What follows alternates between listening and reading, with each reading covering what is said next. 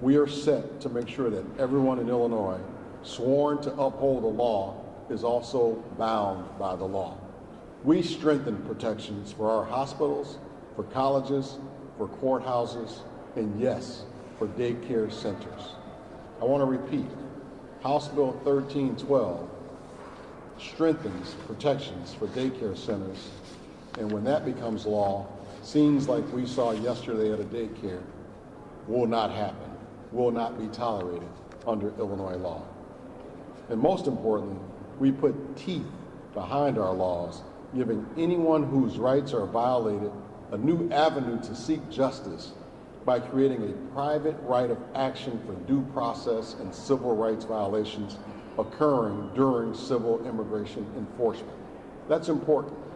We want people to know that they can bring lawsuits under Illinois law if their rights are violated. You see, we came into this session guided by a refrain we've heard in our communities and throughout our state. Every day shouldn't feel this hard. It just shouldn't. Opening a utility bill shouldn't be so scary.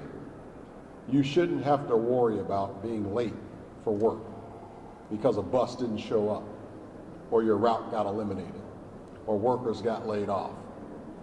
We shouldn't live in fear because of masked troopers marching our streets and barging into our daycare centers. We shouldn't. Our work over these weeks made these voices heard and delivered major wins and continued our work to build the communities we can afford, the communities where we feel safe, and the communities we deserve. Our work is not done, ladies and gentlemen. We know Washington wants everything to be a crisis, so they can use emergency powers to do things they know voters and the Constitution won't allow. But we know that Illinois will never settle for that increasingly fevered vision where everything gets more expensive and every day is a struggle. They just won't, and we won't accept it. We'll keep taking charge of the things we can control, and we'll keep working to build a brighter future for Illinois. It's my honor to welcome to the podium Leader Evelina Delgado, who did an amazing job on the Transit Transformation Plan. Leader Delgado. Thank you, Mr. Speaker. Thank you, Mr. Speaker. It's actually quite amazing to be standing in this very place because about 2 years ago I stood here and I said we are going to change the face of transit in the state of Illinois. And I'm so proud to be standing here with my colleagues in the House of Representatives to say that we were able to do something not only to save transit as it exists today, but to transform it for the future. Senate Bill 2111 is a piece of legislation that we've been working on probably for the past 4 years. And I'm so excited to be able to say that we're going to be delivering more connected service. We're going to be delivering more reliable service. It's going to be safer. It's going to be cleaner. It's going to be what this amazing world-class state deserves, a world-class transit system. And I can tell you right now that I didn't do it by myself. I had to do it along with a number of my colleagues. The speaker was very forward-thinking in terms of putting together a public transit working group that was full of people who were committed to the same thing I was, which is to always center the rider in the conversations and to make sure that whatever we're talking about ends up being something that our communities will be proud of. And I'm very happy to be able to say we did that. And without the support of the folks who were standing behind me, I don't think we'd be able to say that we were successful. I would be remiss if I didn't thank my partner in this process, Leader Cambium Buckner. He very much was a part of the shaping of this legislation and helped bring it across the finish line along with me. So I'm very proud of the work that we've accomplished, and I would love to welcome to the podium one of my colleagues, Representative Mary Beth Kinty.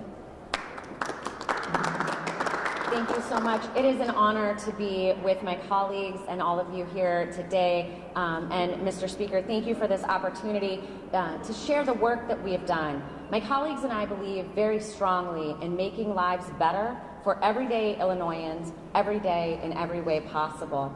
And so we were able this past veto session to take steps towards protecting some of our most vulnerable members of society, our low-income seniors, by increasing the income threshold by which they can receive the low-income senior tax freeze and the loan deferral program so that they can help make those payments. These are what we call cliff programs. Earning even $1 above the threshold can end up with a bill of thousands of dollars for the people who can afford it the least. We also were able to push back the date by which first installment payments will be made in 2026 by 30 days, so that those of us who are going to be making that second payment here in December don't have to immediately turn around and make a first payment right at the beginning of 2026. We tried to give some breathing room there.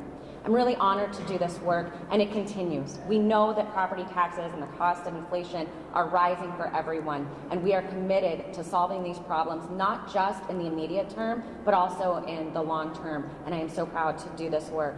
And now I would like to bring up one of my colleagues who I admire so deeply, Representative Dagmara Avelar. Good morning, everybody. State Representative Dagmara Avelar, and I'm a proud member of the good old 78. And I say this because the work that we have been doing in veto session does not happen in a vacuum. The win that we have is not my win. It's not just Mary Beth's win, Leader Delgado's win. It's our win. We came to veto session knowing that the community wanted to see more. They wanted to see a fully funded public transit system. They wanted to see relief for our senior citizens, but they also wanted to see immigration protections in the best way that the state of Illinois can. This has not been something that has taken weeks, that has taken months. It's been taking years. And throughout the years, I can say that there's been a lot of leaders who've paved the way to say that Illinois is a welcoming state.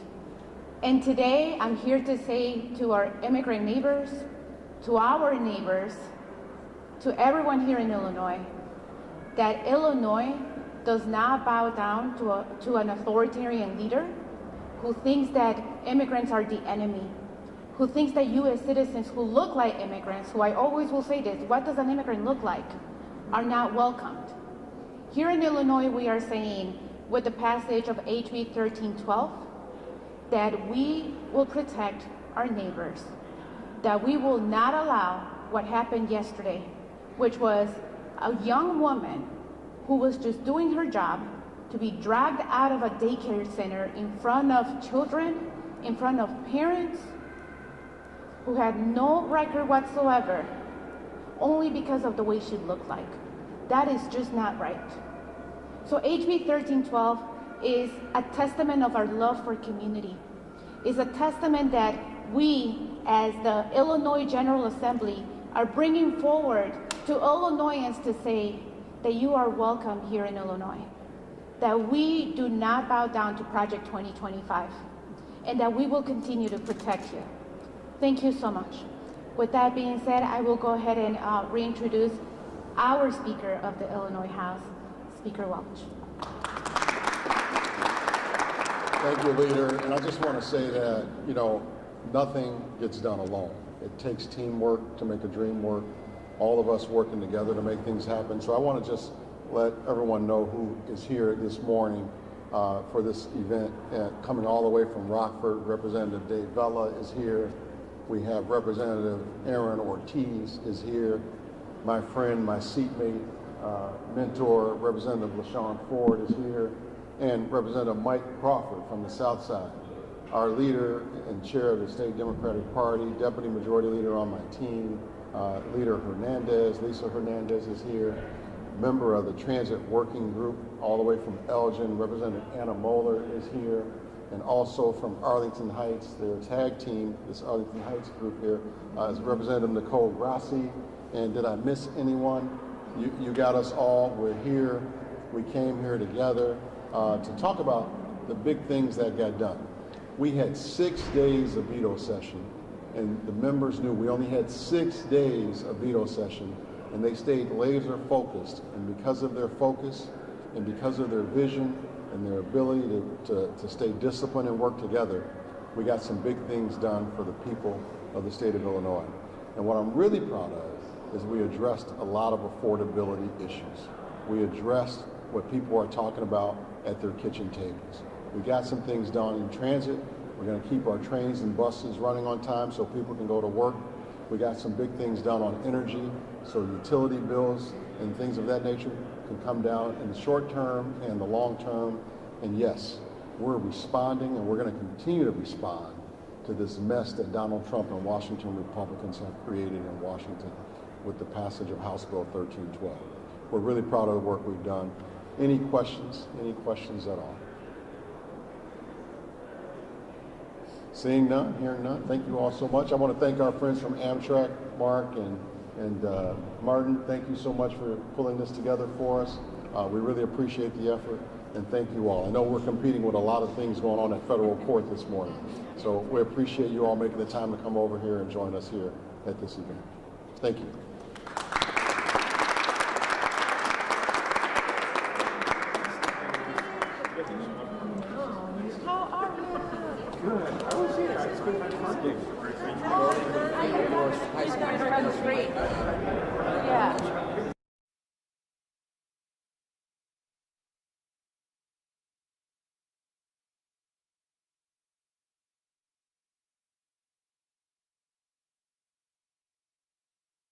Yeah, where do you want us to meet you? Right here?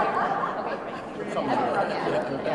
You want us to go back where we were? Yes. You want to go back where we were? You want us to go back where we were? I'm usually like, Did you sleep? Yes. Yes.